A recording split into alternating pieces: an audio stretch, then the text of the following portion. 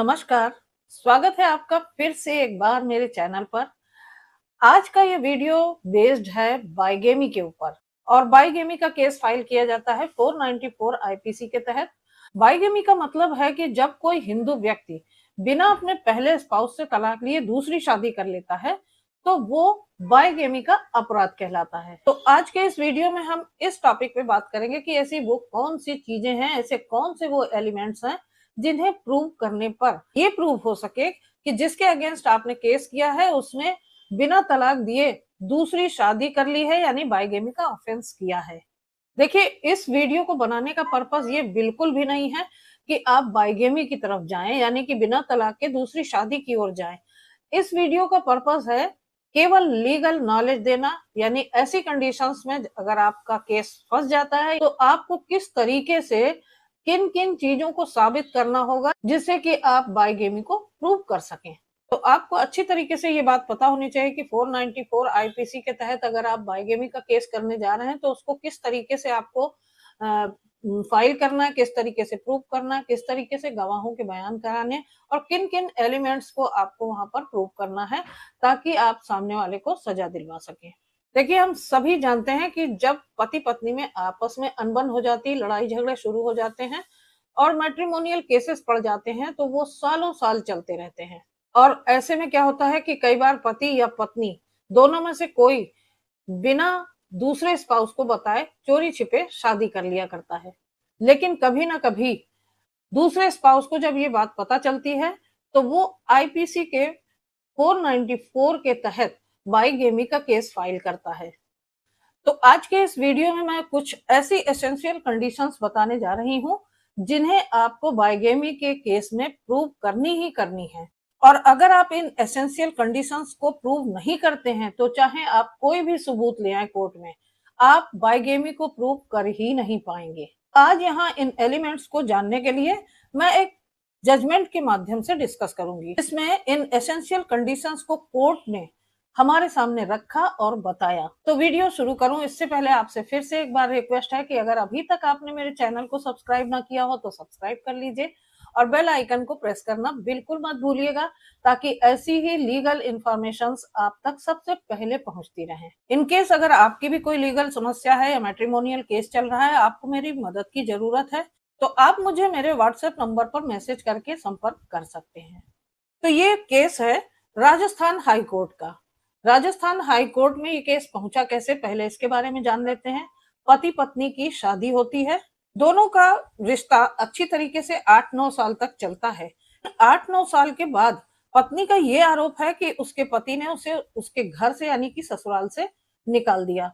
इसके बाद पत्नी ने पति के ऊपर 498A 406 आईपीसी का केस फाइल किया। यहाँ पत्नी का आरोप था कि पति और ससुराल वालों ने उसके साथ क्रुएलिटी की और उसे घर से निकाल दिया। ऐसे में पत्नी अपने मेंटेनेंस के लिए सेक्शन 125 सीआरपीसी, नए कानून में 144 बीएनएस के तहत मेंटेनेंस का केस भी कर देती है। और ये केस जब चल रहे थे, यानी पति पत्नी जब अलग रह रहे थे, मैट्रिमोनियल लिटिगेशन चल रहा था, अभी तक पहली पत्नी से पति ने तलाक नहीं लिया था और इसके बावजूद भी उसने पहली शादी सबसिस्ट करते हुए भी दूसरी शादी कर ली। और ये बात जब पत्नी को पता चलती है तो वो पति की दूसरी पत्नी, पति के परिवार वालों के खिलाफ और पति की दूसरी पत्नी के परिवार वालों के खिलाफ बाइगेमी और अबेटमेंट का केस फाइल करती है। अब पति और उसकी सेकेंड वाइफ और उन दोनों के परिवार वालों के खिलाफ आईपीसी के 494 के तहत बाइगेमी का केस चलने लगता है। पत्नी मजिस्ट्रेट के सामने कंप्लेंट केस फाइल करती है तो मजिस्ट्रेट इंक्वायरी करते हैं, संज्ञान लेते हैं, सफिशिएंट ग्राउंड्स मिल जाते हैं कि केस प्राइमा फेसी बनता है तो कोर्ट में उस केस को एक्सेप्ट करके मजिस्ट्रेट के द्वारा पति और बाकी आरोपियों के खिलाफ सम्मन जारी कर दिया जाता है, यानी कि उन सभी आरोपियों के खिलाफ कार्रवाई किए जाने के आदेश जारी हो जाते हैं। इसके बाद केस ट्रायल में जाता है। ट्रायल में प्रोसिक्यूशन यानी कि पहली पत्नी थी अपनी गवाही कराती है और 4 विटनेसेस की गवाही करवाती है। देखिए, इन केसेस में जो बाइगेमी के केसेस होते हैं उनमें विटनेसेस की गवाही सबसे ज्यादा इंपॉर्टेंट मानी जाती है और वो विटनेसेस ऐसे होने चाहिए जिन्होंने पति की दूसरी शादी को अटेंड किया हो। तो यहाँ पर पत्नी ने अपनी गवाही में 4 विटनेसेस को डिपोज कराया और उनकी गवाही करवाई। उसके बाद उसने अपने प्रोसिक्यूशन एविडेंस को क्लोज भी कर दिया और इसके बाद एक्यूज्ड की 313 की स्टेटमेंट ली जाती है और जो भी डॉक्यूमेंट्स कोर्ट में लगाए गए थे उन सभी को देखते हुए सेटिस्फाइड होकर कोर्ट ने अपना जजमेंट सुना दिया। जजमेंट में कहा कि ये जो पति है और ये जो सेकंड वाइफ है और बाकी जो पर्सन्स हैं उनके खिलाफ जो आईपीसी का 494 का केस डाला गया है वो case beyond reasonable doubt proof हो चुका है। यानी कि जो गवाह पत्नी ने कराए थे उन्होंने ये प्रूव कर दिया है कि उसके पति ने दूसरी शादी की है। ऐसे में पति को, उसकी सेकेंड वाइफ को और जितने भी एक्यूज्ड पर्सन्स हैं उन सभी को 494 के तहत बाइगेमी का अपराध उनके ऊपर सिद्ध हो जाता है और उन सभी को दोषी ठहराया जाता है और उनको सेक्शन 494 के तहत सजा सुनाई जाती है और इस तरीके से सेक्शन 109 के तहत उन सभी को सजा हो जाती है। अब यहाँ पर पति और बाकी सभी आरोपियों के द्वारा सेशन कोर्ट में इसकी अपील की जाती है। सेशन कोर्ट ने ट्रायल कोर्ट के जजमेंट को सेट असाइड कर दिया। अब इस बात से पहली पत्नी को बहुत बड़ा झटका लगता है कि कहाँ तो ट्रायल कोर्ट ने इन सभी आरोपियों को दोष सिद्ध कर दिया था और सजा भी सुना दी थी और वहीं उसके अपील में सेशन कोर्ट ने पूरा फैसला ही पलट दिया। सेशन कोर्ट ने यहाँ कहा कि प्रोसिक्यूशन यानी कि जो पहली पत्नी है उसने जो एविडेंसेस दिए हैं, जो विटनेसेस दिए हैं वो बियॉन्ड रीजनेबल डाउट प्रूव नहीं होते हैं। तो ऐसे में बाइगेमी प्रूव नहीं हो रही है। केस यहीं पर खत्म नहीं होता है। अब पत्नी सेशन कोर्ट के इस जजमेंट को हाई कोर्ट में चैलेंज करती है। अब ये मामला पहुंचता है राजस्थान हाई कोर्ट में, जहां पर कोर्ट ने बाइगेमी को प्रूव करने के लिए बहुत सारी एसेंशियल कंडीशंस बताई और ये कहा कि अगर ये एसेंशियल कंडीशंस प्रूव होती हैं किसी केस में बाइगेमी के, तभी वो ऑफेंस माना जाएगा बाइगेमी का और तभी सजा होगी। तो अब इस केस में हम उन्हीं कंडीशंस की बात करेंगे जिनको वीडियो के शुरुआत में मैंने आपको बताया था कि वो एसेंशियल कंडीशंस प्रूव करना बाइगेमी के केस का आधार होता है। हम डिस्कस करेंगे कि अब पति पक्ष ने हाई कोर्ट के सामने क्या दलील दी और हाई कोर्ट ने ऐसे कौन से एलिमेंट्स बताए जिनको कि हर पति और हर पत्नी को जानना बहुत जरूरी है। तो सबसे पहले तो हाई कोर्ट ने जिन एविडेंस को अप्रिशिएट किया उसके बारे में जान लेते हैं। हाई कोर्ट ने यहाँ ऑब्जर्व किया कि पति पक्ष के द्वारा एक चीज बताई गई है। पति ने यहाँ पर कहा था कि पत्नी को 2 लोगों ने ये खबर दी थी, ये सूचना पहुंचाई थी कि उसके पति ने दूसरी शादी कर ली है और वो 2 लोग कौन थे? उन दोनों का नाम था जगदीश और शंकरलाल। लेकिन यहाँ जब पत्नी ने अपनी विटनेस कराई थी तो उन विटनेसेस में किसी का भी नाम जगदीश और शंकरलाल नहीं था। उन दोनों को पत्नी ने एज अ विटनेस प्रोड्यूस ही नहीं किया। ऐसे में पति पक्ष का कहना था कि ये दोनों मटेरियल विटनेसेस हैं और इनकी गवाही न कराना, इनको कोर्ट में न पेश करना और दूसरी पार्टी को क्रॉस एग्जामिनेशन का मौका न देना, ये एक तरह से केस के लिए फैटल है और बाइगेमी का केस इस वजह से प्रूव नहीं हो रहा है। और पति पक्ष का दूसरा पॉइंट ये भी था कि जितने भी विटनेसेस की गवाही यहाँ पर कराई गई उन सब के बयान अलग अलग आ रहे थे, यानी कि सबके बयानों में कंट्रडिक्शन था। पत्नी ने अपनी कंप्लेंट में मेंशन किया था कि पति ने जो दूसरी शादी की थी वो रामगढ़ में की थी, जबकि उसके जो विटनेसेस हैं उन्होंने अलग अलग बयान दिए हैं। एक विटनेस का यहाँ पर कहना था कि जो दूसरी मैरिज हुई थी पति की वो गोगामेडी में हुई थी और उसने जीप से ट्रेवल किया था, जबकि इसी में PW3 और 4 का कहना था कि उन्होंने ट्रेन से ट्रेवल किया था और वो भी गोगामेडी गए थे। लेकिन ये गोगामेडी प्लेस जो है वो रामगढ़ से बिल्कुल अलग है। पत्नी का कहना कि रामगढ़ में मैरिज हुई थी और गोगामेडी जाना, ये दोनों कॉन्ट्रडिक्शंस हैं। यानी कि पत्नी ने जो अपनी कंप्लेंट में कहा था कि रामगढ़ में पति की दूसरी शादी हुई थी और ये सारे विटनेसेस शादी अटेंड करने गोगामेडी गए थे, तो इन दोनों में बहुत कॉन्ट्रडिक्शन है। तो ये जो डिस्क्रिपेंसीज है ये छोटी मोटी डिस्क्रिपेंसीज नहीं है, ये बड़ी डिस्क्रिपेंसीज में आएंगी। इसके अलावा जितने भी विटनेसेस थे उनके द्वारा कोई भी एविडेंस भी नहीं दिया गया। किसी ने भी ऐसा कोई एविडेंस नहीं दिया कि जिससे ये साबित हो कि जो सेकंड मैरिज की रिक्वायर्ड सेरेमनीज थी उन्हें परफॉर्म किया गया। Required ceremonies as per Hindu law जैसे कि मांग भरना, सप्तपदी मंगलसूत्र पहनाना, इस तरीके की जो सेरेमनीज होती हैं उनको फॉलो किया गया, इसका कोई एविडेंस किसी विटनेस ने यहाँ प्रोड्यूस नहीं किया और ना ही इसके बारे में किसी ने कोई बात कही। और इतना ही नहीं, बल्कि शादी के बाद पति और पत्नी एज हस्बैंड एंड वाइफ रहे, ये भी साबित नहीं हो पा रहा है। इस संबंध में भी किसी विटनेस ने कोई एविडेंस नहीं दिया, ना ही कोई बात कही। ऐसे में यहाँ पर हाई कोर्ट ने इन सब चीजों को देखते हुए कहा कि जितने भी विटनेसेस हैं जो पत्नी पक्ष के हैं, उन सभी की बातों में कॉन्ट्रडिक्शन है, विरोधाभास है और किसी भी तरीके की कोई इंडिपेंडेंट विटनेस या डॉक्यूमेंट्री मटेरियल से कोई भी कॉर्पोरेट नहीं कर रहा है और ऐसे में सभी के सभी अनरिलायबल हैं, इनके ऊपर भरोसा नहीं किया जा सकता।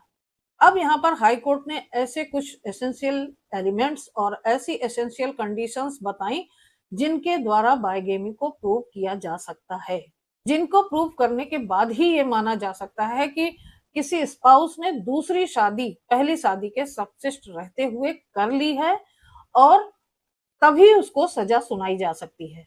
तो सबसे पहली कंडीशन हाई कोर्ट के द्वारा ये बताई गई कि फर्स्ट मैरिज सबसिस्ट करनी चाहिए, जो कि हम सभी को पता है। अब जब हम कह रहे हैं कि बिना तलाक दूसरी शादी, यानी कि पहली मैरिज सबसिस्ट कर रही है और उसको तलाक दिए बिना दूसरी शादी की गई है, और दूसरी कंडीशन ये कि पहली मैरिज के सबसिस्ट करते हुए दूसरी मैरिज की जानी चाहिए, जो कि हम सभी को पता है। यानी कुल मिला के हम समझ सकते हैं कि हाई कोर्ट के द्वारा जो कंडीशंस रखी गई वो ये थी, जैसा कि अभी सब आप सुनते आ रहे हैं कि पहली मैरिज के सबसिस्ट रहते हुए बिना तलाक दिए हुए दूसरी मैरिज कर ली गई है। लेकिन इसके बाद आती सबसे इंपॉर्टेंट कंडीशन, सबसे इंपॉर्टेंट एलिमेंट, वो ये कि जब दूसरी शादी परफॉर्म की जा रही हो तो एज पर लॉ जो जितनी भी रिक्विजिट सेरेमनीज हैं, जो भी रिचुअल्स हैं, उन सभी को फॉलो किया गया हो। अब देखिए, इसमें बिल्कुल भी कंफ्यूज होने की जरूरत नहीं है। जैसा मैंने आपको बताया था कि हिंदू मैरिज में जैसे बहुत सारी एसेंशियल सेरेमनीज हैं, जो रिक्विजिट सेरेमनीज हैं, जैसे कि सप्तपदी है, मांग भरना है, सिंदूर दान है, अग्नि के साथ फेरे लेना है, ये सभी राइट्स यानी कि जो रिक्विजिट सेरेमनीज हैं, ये हिंदू पर्सनल लॉ के अंतर्गत आते हैं और इनके बिना शादी को वैध नहीं माना जाता है, वैलिड नहीं माना जाता है। यानी कि आपकी सोसाइटी के अंदर जब भी शादी होती है तो जितने भी सेरेमनीज को, जितने भी रिचुअल्स को फॉलो किया जाता है, वो सभी सेकेंड मैरिज में फॉलो की गई हो। जब बाइगेमी का केस करेंगे तो उसमें इन सारी चीजों को प्रूव करना पड़ेगा। यानी कि जब फर्स्ट मैरिज हुई थी उसमें जो रीति रिवाज फॉलो किए गए थे, वही रीति रिवाज अगर सेकेंड मैरिज में फॉलो किए गए हैं तभी वो सेकेंड मैरिज कहलाएगी, और अगर फॉलो नहीं किए गए हैं तो फिर वो सेकेंड मैरिज नहीं कहलाएगी। हाई कोर्ट का यहाँ मानना था कि जितने भी रिचुअल्स हैं, जितने भी एसेंशियल जो मतलब अनिवार्य रीति रिवाज हैं, अगर इन सारी रिचुअल्स को, इन सारे रीति रिवाजों को सही तरीके से परफॉर्म किया जाता है और वो भी as per instructions of the pandit follow किया गया है, तभी ये माना जाएगा कि सेकेंड मैरिज हुई है, सेकेंड मैरिज वैलिड है, जबकि फर्स्ट मैरिज अभी सबसिस्ट कर रही है। और ये सारी चीजें जब हो जाएंगी तो कोर्ट में इन सारी चीजों को साबित भी करना पड़ेगा। और कोर्ट में आप कैसे साबित करेंगे? जब आपके पास गवाह होंगे, और ऐसे गवाह होंगे जिन्होंने उस शादी को अटेंड किया हो, अपनी आंखों से एक एक सेरेमनी को देखा हो, एक एक चीज के बारे में वो यहाँ पर अपना बयान दे सके। अभी मैंने जो आपको केस सुनाया, उस केस में भी पत्नी ने 4 गवाह लाके खड़े किए, 4 विटनेसेस की गवाही कराई, लेकिन सभी में कॉन्ट्रडिक्शंस थे। अगर चारों गवाह एक ही जगह का नाम बताते कि वो वहां पर गए थे और उन चारों ने सेम वो शादी अटेंड की थी और पर्सनल लॉ के हिसाब से उस शादी में ये रीति रिवाज सब फॉलो किए गए थे, तो शायद हाई कोर्ट में पत्नी का केस बाइगेमी का प्रूव हो जाता। अगर आप भी बाइगेमी का केस करने जा रहे हैं अपने स्पाउस के खिलाफ, तो आपको अच्छी तरीके से ये समझ में आ गया होगा कि बाइगेमी को प्रूव करने के लिए आपको पहले सबसे विटनेसेस की जरूरत है, और उन विटनेसेस की जो उस शादी को अटेंड कर चुके हों और उन विटनेसेस के द्वारा आपको एफिडेविट में लिखवा के ये सारी बातें, उनको पूरे जितने भी रिचुअल्स हैं, जितनी भी सेरेमनीज हैं, सबको उन्होंने क्रॉस क्वेश्चनिंग में भी बोलना है और अपने एफिडेविट में भी देना है। साथ में आपके पास कोई डॉक्यूमेंट्री प्रूफ है, जैसे कि किसी मंदिर में शादी करते हैं या आर्य समाज में, वहां पर सर्टिफिकेट भी दिया जाता है, तो वो अगर आपके हाथ लगता है तो वो डॉक्यूमेंट्री प्रूफ सबसे अच्छा होगा। और इसके अलावा कोई ऑडियो है, कोई वीडियो है, फोटोग्राफ्स हैं, तो ये सारी चीजें भी कोर्ट के सामने प्रोड्यूस करके बाइगेमी को प्रूव किया जा सकता है। और ये सब चीजें अगर पत्नी के पास इस केस में होती और उसके विटनेसेस का जो बयान था वो सेम होता, तो पत्नी आराम से ये प्रूव कर सकती थी कि उसके पति के द्वारा दूसरी मैरिज की गई है और उसने बाइगेमी का ऑफेंस किया है। इस केस में हाई कोर्ट ने एक एलिमेंट और बताया, मियर कोहैबिटेशन का, यानी कि एक आदमी, एक औरत, एक लड़का, एक लड़की as a husband and wife रहते भी हैं एक साथ, तो भी ये प्रूव नहीं होता है कि उन्होंने बाइगेमी का ऑफेंस किया है। कई बार ये देखा जाता है कि एक आदमी, एक औरत या एक लड़का या लड़की एक साथ लिव इन में रहते हैं, तो आपस में शादी नहीं करते और हस्बैंड वाइफ की तरह रहते हैं, लेकिन इससे भी ये साबित नहीं होता है कि वो बाइगेमी का क्राइम कर रहे हैं, उन्होंने सेकंड मैरिज कर ली है, ऐसा नहीं कहा जा सकता। और आखिरी पॉइंट यहाँ पर हाई कोर्ट का ये भी था, social acknowledgement of husband and wife, यानी कि एक लड़का, एक लड़की या फिर एक पुरुष, एक औरत साथ साथ रह रहे हैं हस्बैंड वाइफ की तरह, और उनके अड़ोस पड़ोस में जाके अगर पूछा जाए कि क्या ये हस्बैंड वाइफ की तरह हैं, तो वो ये कहेंगे, लोग ये मानेंगे कि हाँ ये हस्बैंड वाइफ की तरह रहते हैं, तो क्या इसमें बाइगेमी माना जाएगा? तो ऐसे में हाई कोर्ट का यहाँ पर कहना है कि सोशल एक्नॉलेजमेंट हो जाने के बाद भी ये नहीं माना जा सकता कि वो बाइगेमी कर रहे हैं, तब भी ये सफिशिएंट नहीं है कि वो बाइगेमी का ऑफेंस कर रहे हैं। सेक्शन 494 हुआ है, यानी कि सेकंड मैरिज हुई है, ये स्टैब्लिश बिल्कुल भी नहीं होता है। इस केस में यहाँ पर ये कहें कि पति की किस्मत थी या पत्नी की बदकिस्मती थी, पति ने अपनी सेकंड मैरिज सही सेरेमनीज को फॉलो न करके और सही तरीके से नहीं की होगी, या इसे पति का लक भी कह सकते हैं कि पत्नी ने जो विटनेसेस कराई उन्हें इसका ज्ञान नहीं था, या फिर हो सकता है वो विटनेसेस एक्चुअल विटनेसेस ही ना हो तो कुछ भी सकता है। लेकिन इन सभी बातों को देखते हुए ऑनरेबल हाई कोर्ट ने जो 4-5 पॉइंट्स बताए वो सबसे ज्यादा जरूरी है, और तभी बाइगेमी का केस प्रूव हो सकता है और 494 के तहत सजा हो सकती है। तो पहला पॉइंट है कि पहली मैरिज हो जिसके चलते दूसरी मैरिज की गई हो, जो कि सही तरीके से की गई हो, जिसमें सारे रिक्विजिट जो सेरेमनीज हैं, रिचुअल्स हैं, उनको फॉलो किया गया हो एज पर पर्सनल लॉ। और जरूरी नहीं है कि हस्बैंड वाइफ की तरह अगर साथ साथ रह रहे हैं तो सेकंड मैरिज ही कर ली है उन्होंने, बाइगेमी तब भी प्रूव नहीं होगी। तो केस में इन सारी चीजों को देखते हुए हाई कोर्ट ने जो सेशन कोर्ट का फैसला था उसे बरकरार रखा, यानी कि सेकंड मैरिज प्रूव नहीं हो रही है, बाइगेमी प्रूव नहीं हो रही है, इसलिए पति और जितने भी एक्यूज्ड पर्सन्स थे उन सबको कोई सजा नहीं दी जा सकती। पति और जितने भी एक्यूज्ड पर्सन्स हैं उन सब ने कोई अपराध नहीं किया है, ऐसा हाई कोर्ट का कहना था। और ऐसा कहते हुए हाई कोर्ट ने पति और सारे एक्यूज्ड पर्सन्स को बाइगेमी के केस से एक्विट कर दिया।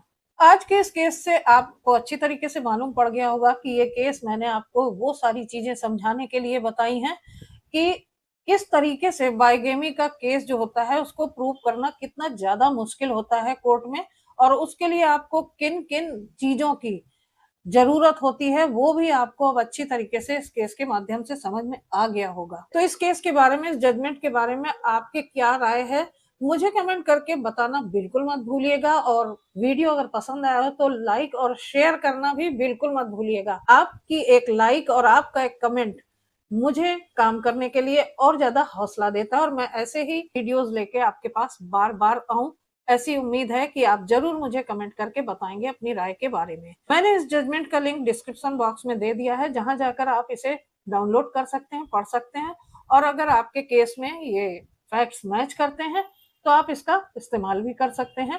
तो फिर मिलती हूँ अगले वीडियो में एक नई इंफॉर्मेशन के साथ, एक नए टॉपिक के साथ। तब तक के लिए अपना ख्याल रखिएगा। आप सभी को नमस्कार।